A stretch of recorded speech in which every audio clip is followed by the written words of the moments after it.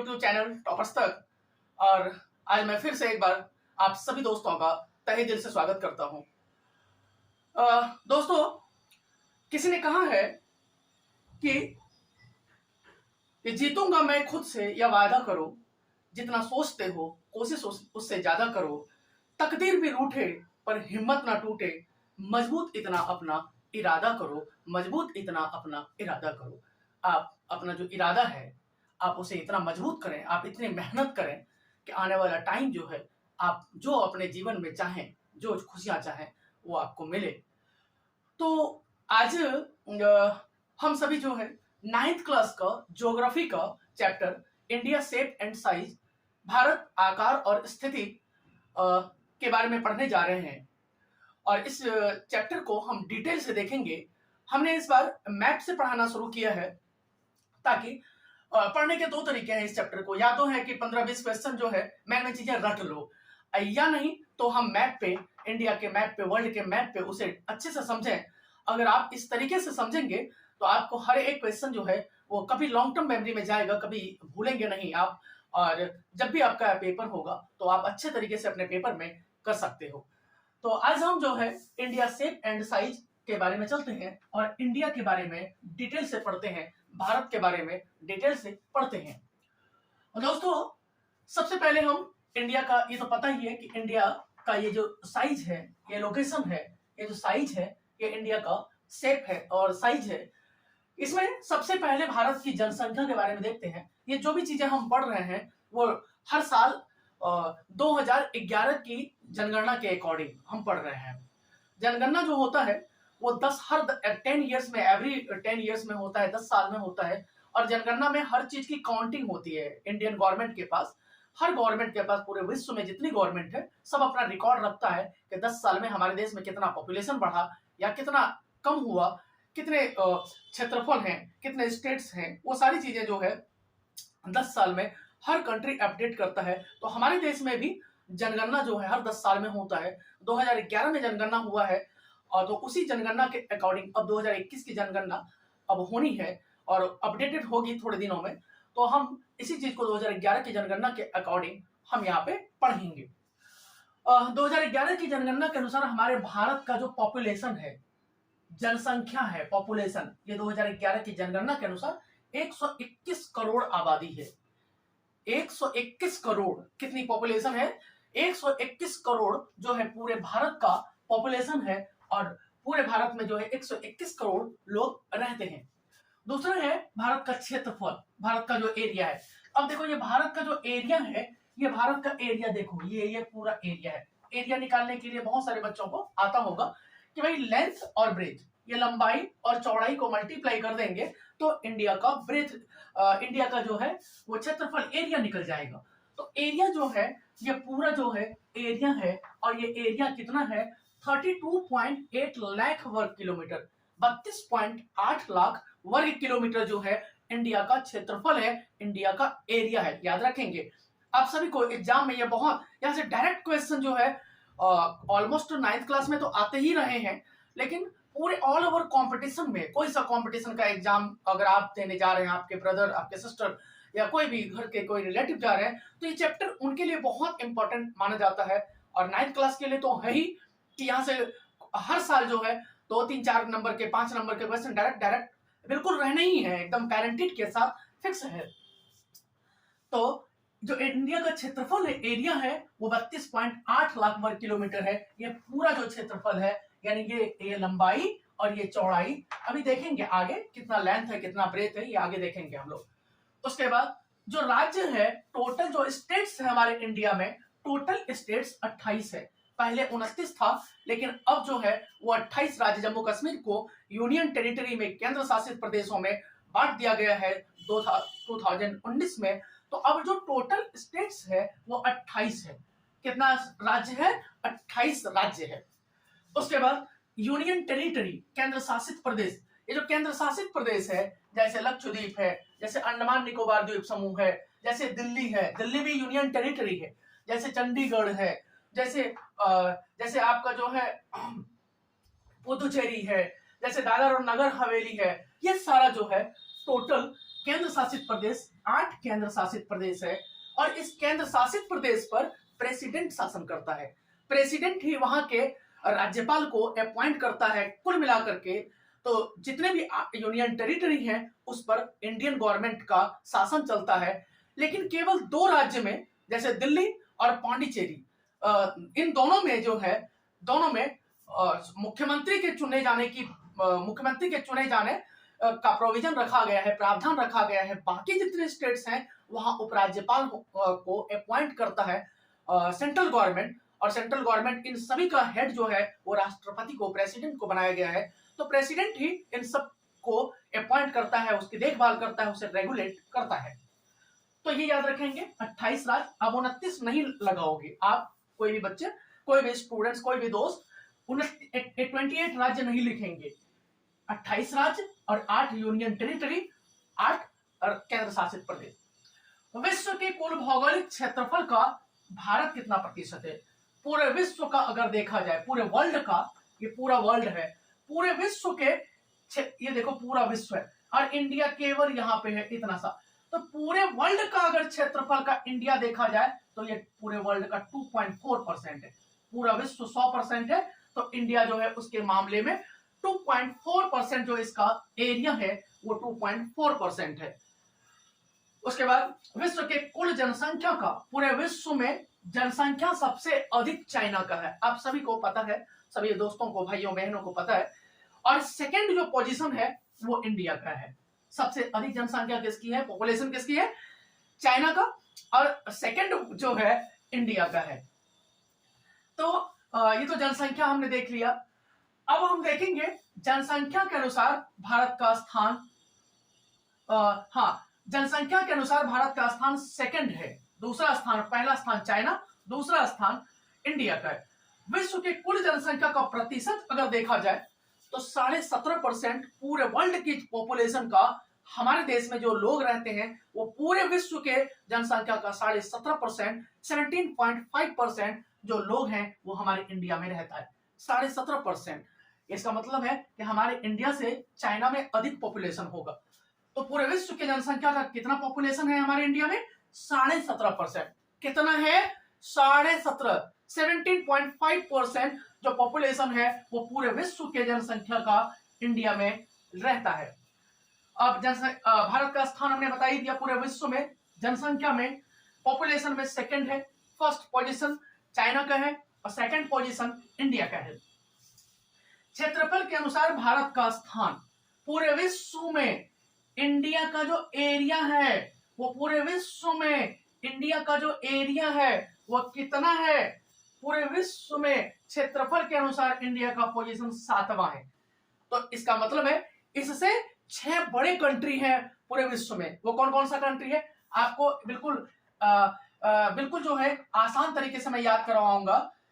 रूस, Canada, America, रूस, Canada, America, चीन, ब्राजील, ऑस्ट्रेलिया।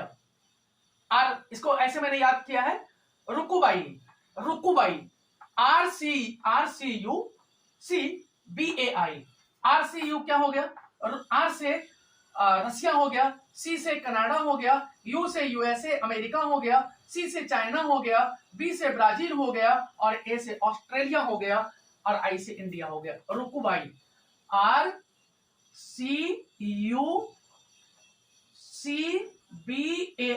रुकुबाई।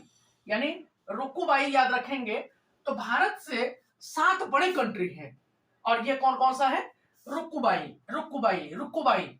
रसिया, चाइना, अमेरिका, USA, अमेरिका को USA कहते हैं, यूनाइटेड स्टेट्स ऑफ अमेरिका, उसका पूरा नाम है अमेरिका का, USA। तो Russia, China, America, USA, sorry, Russia, Canada, America, China, Brazil, Australia और इंडिया। रुकुबाई। तो इसे याद रखेंगे। ये कितनी बार ही पेपर में, बोर्ड में, प्री बोर्ड में हमेशा से आता रहा है, तो आप इसे याद रखेंगे। अरे इतने बड़े बड़े नाम जो है आप याद रख लेते हो, तो ये छोटा सा नाम याद नहीं रहेगा आप लोगों को। इतने अच्छे से फ्रेंड्स का नाम याद रख लेते हो आप लोग, तो इसे भी एक बार याद कर जाओ, ये आपके पढ़ाई के लिए इंपॉर्टेंट है दोस्त। तो ये देखा हमने। फिर भारत की स्थल सीमा रेखा, भारत की जो स्थल सीमा रेखा, यहीं पे समझने की बात है दोस्तों। स्थल सीमा रेखा देखिए यहां से, ये जो है यहां से, ये गुजरात से लेकर के ये टोटल जो है, ये टोटल जो है, ये टोटल जो है, यहां से लेकर के यहां सिक्किम, ये अरुणाचल प्रदेश, ये टोटल जो है, ये यहां से लेकर के ये टोटल, ये यहां तक जो है ये 15,200 किलोमीटर है। ये टोटल यहां से अगर पूरे स्थलीय सीमा की लंबाई अगर देखेंगे, पूरे स्थलीय सीमा की लंबाई अगर देखेंगे तो ये 15,200 किलोमीटर है। उसके बाद 15,200 किलोमीटर याद रखेंगे, 15,200 किलोमीटर, 15,200 किलोमीटर जो है ये पूरा स्थल सीमा का एरिया है।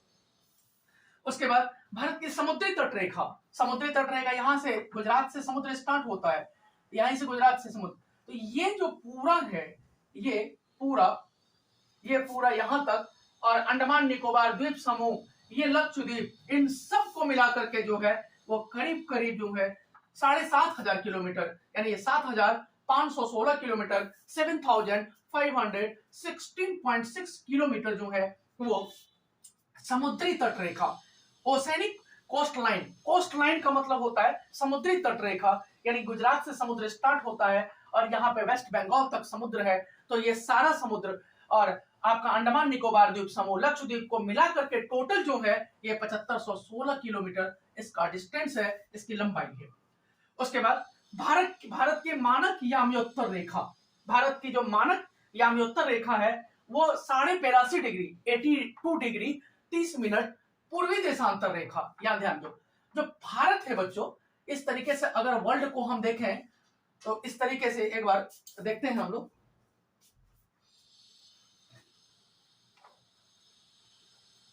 ये देखिए,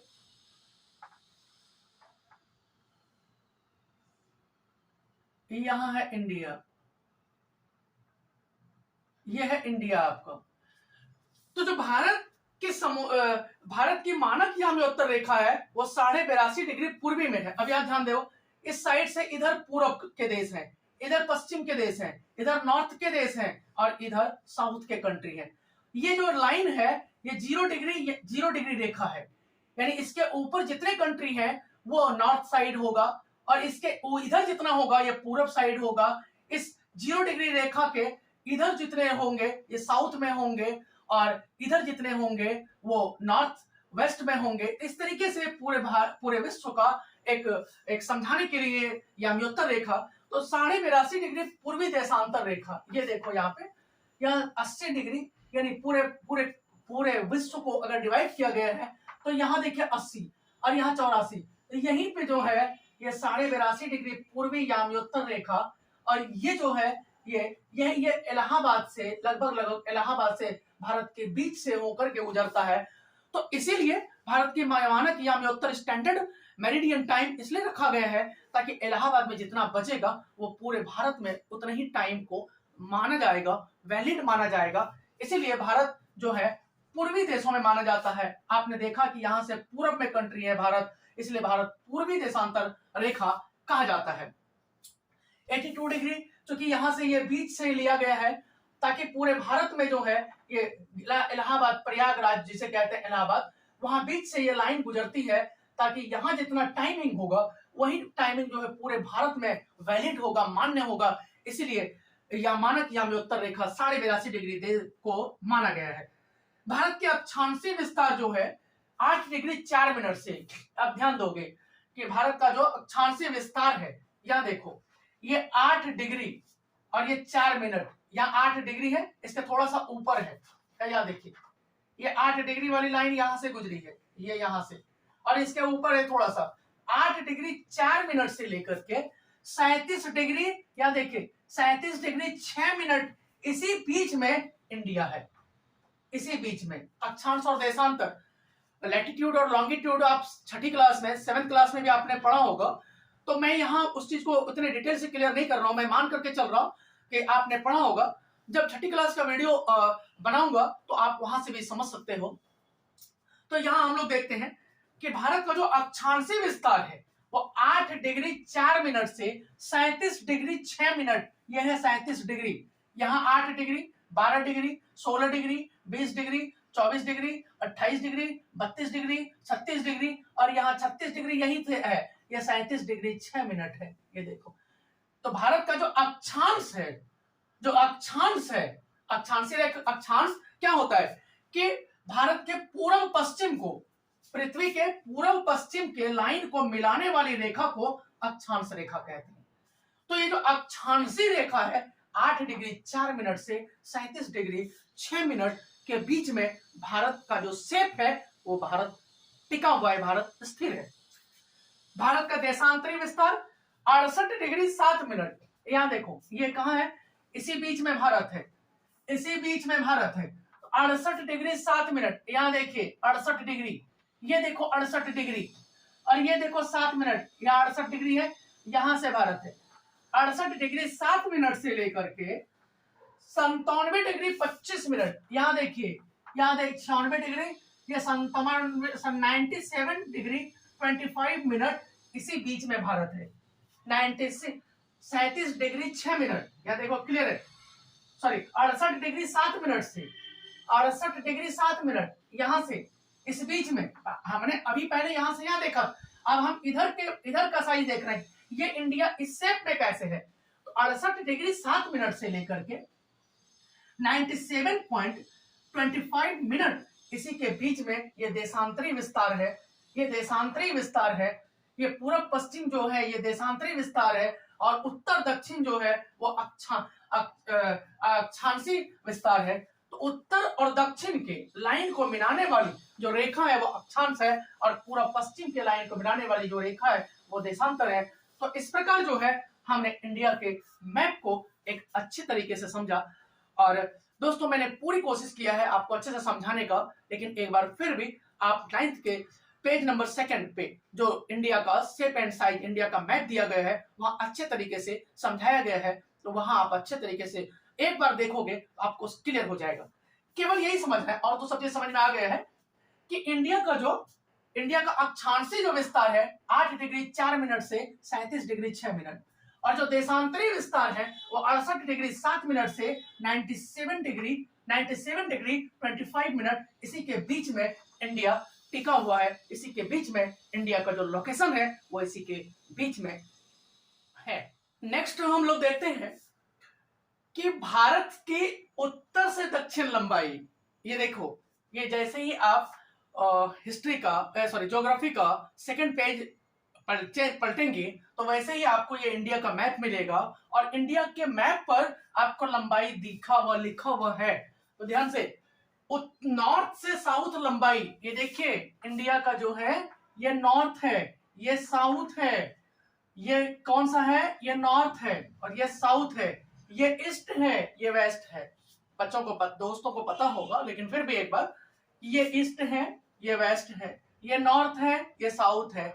ईस्ट में हमारा राज्य जो है अरुणाचल प्रदेश असम है, वेस्ट में हमारा राज्य गुजरात और राजस्थान है, नॉर्थ में हमारा राज्य लद्दाख और जम्मू कश्मीर है और साउथ में हमारा राज्य तमिलनाडु केरला कर्नाटक है।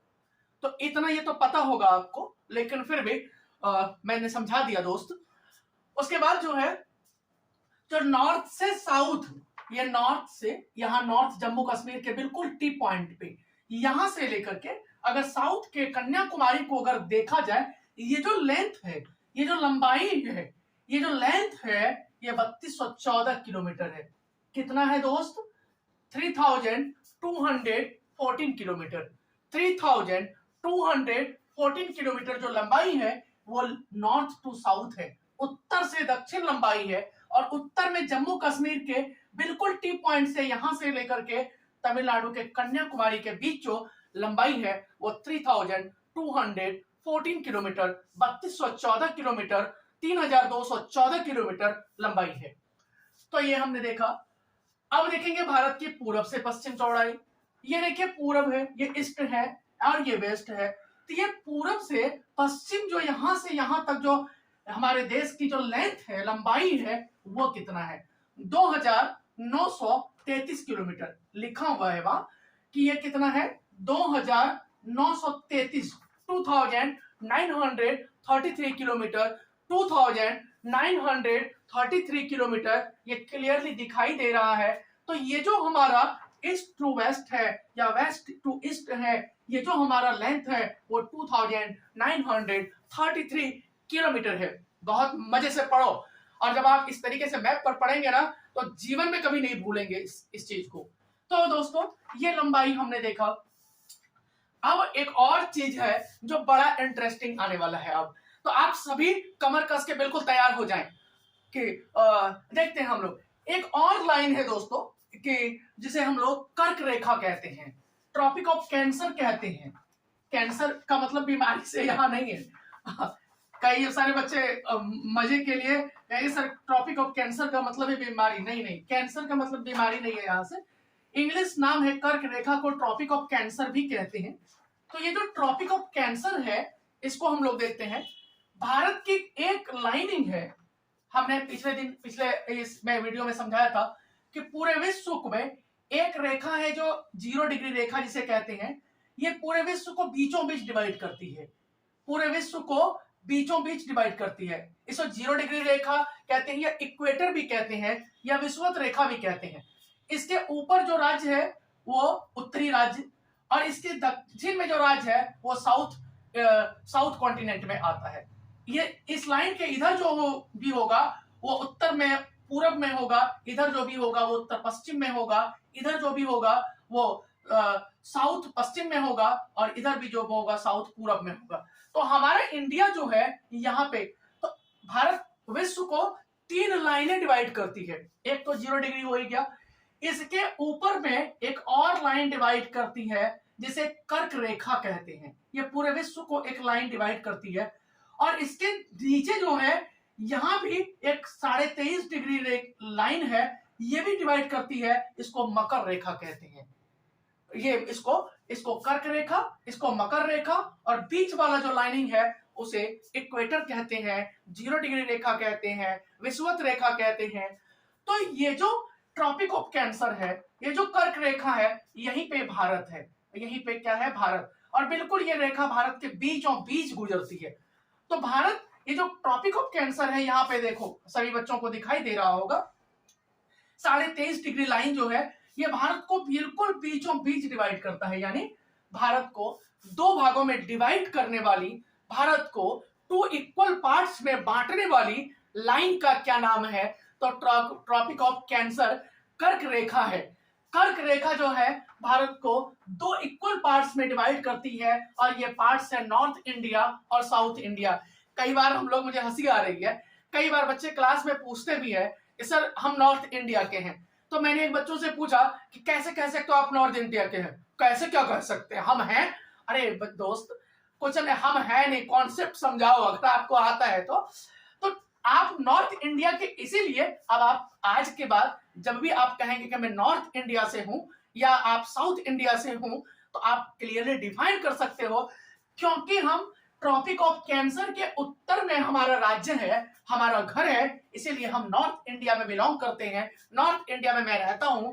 और अगर आप महाराष्ट्र के हो, महाराष्ट्र में रहते हो, अगर आप मध्य प्रदेश में रहते हो, अगर आप छत्तीसगढ़ में रहते हो, अगर आप कर्नाटका में रहते हो, तो आप साउथ इंडिया में या मिडल इंडिया में, आप यहाँ पे मिडल इंडिया कह सकते हो। तो ये कर्क रेखा जो है 23.5 डिग्री लाइन है जो भारत को 2 इक्वल पार्ट्स में डिवाइड करती है। 23.5 डिग्री, इसका नाम है ट्रॉपिक ऑफ कैंसर कर्क रेखा। अब कर्क रेखा भारत के 8 राज्यों से होकर गुजरती है। ये इंपॉर्टेंट क्वेश्चन है और कितनी बार पेपर में आया हुआ है, 3 मार्क्स का पूछा जाता है। कर्क रेखा भारत के 8 राज्यों से होकर गुजरती है। 8 स्टेट से ट्रॉपिक ऑफ कैंसर जो है गुजरती है। अब उसे याद करेंगे। सबसे पहला राज्य है गुजरात, उसके बाद थोड़ा सा राजस्थान, यानी थोड़ा सा राजस्थान नहीं लिखना है, लिखना तो आपको राजस्थान है, मैं केवल समझा रहा हूं कि यहाँ देखिए ये जो लाइनिंग गुजर रही है, यहाँ से 23.5 डिग्री यहाँ से गुजर रही, तो ये देखो ये गुजरात है। राजस्थान में थोड़ा सा टच कर रहा है, लेकिन फिर भी राजस्थान तो आएगा ही। तो गुजरात, राजस्थान, मध्य प्रदेश, छत्तीसगढ़, गुजरात, राजस्थान, मध्य प्रदेश, छत्तीसगढ़, झारखंड, वेस्ट बंगाल, उसके बाद बांग्लादेश में प्रवेश कर जाते हैं, हम एंटर कर जाते हैं। बांग्लादेश अलग कंट्री है तो हम उसको नहीं लेंगे। उसके बाद त्रिपुरा और मिजोरम, या देखिए 1 2 3 4 5 6 7 8, गुजरात, राजस्थान, मध्य प्रदेश, छत्तीसगढ़, झारखंड, वेस्ट बंगाल, मिजोरम और त्रिपुरा। इन सभी के राज्य की राजधानी तो पता ही होगा।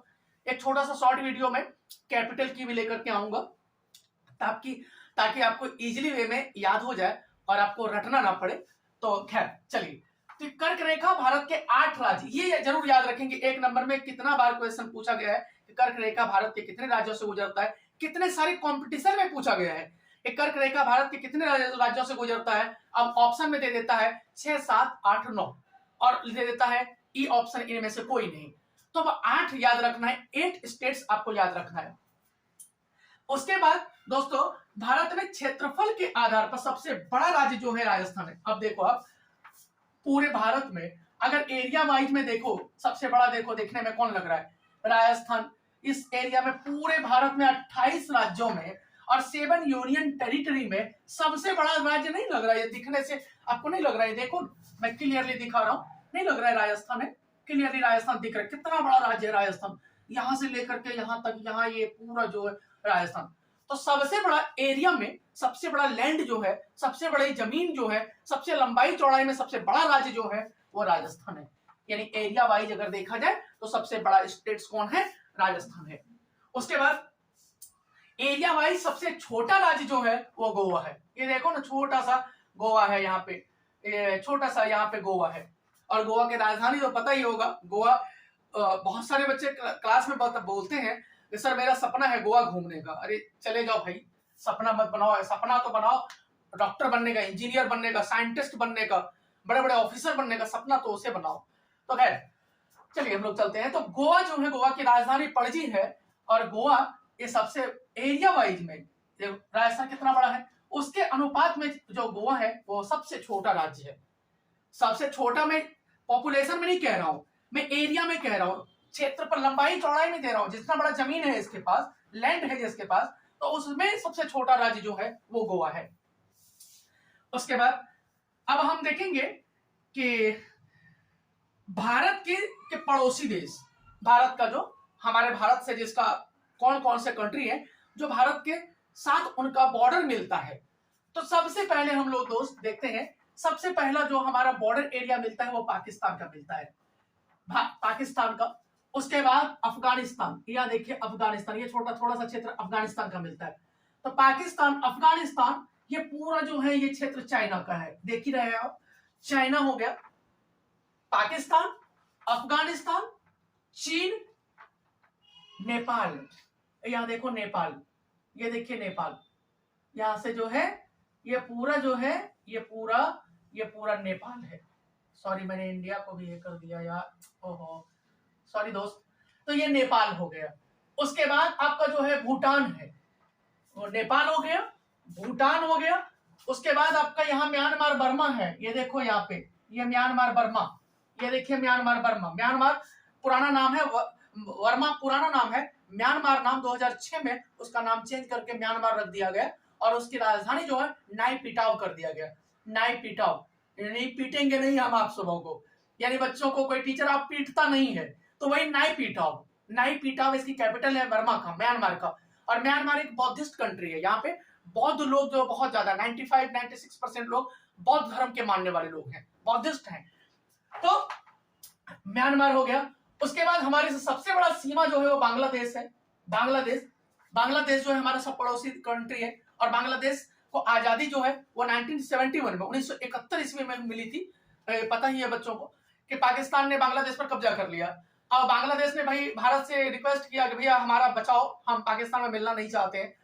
तो फिर भारत ने बांग्लादेश को हेल्प किया और अंतिम में पाकिस्तान को मुंह की खानी पड़ी, वो हार गया और बांग्लादेश एक अलग कंट्री, इंडिपेंडेंट कंट्री, स्वतंत्र राज्य 1971 में एक अलग कंट्री के रूप में बांग्लादेश पूरे विश्व के नजर में आया।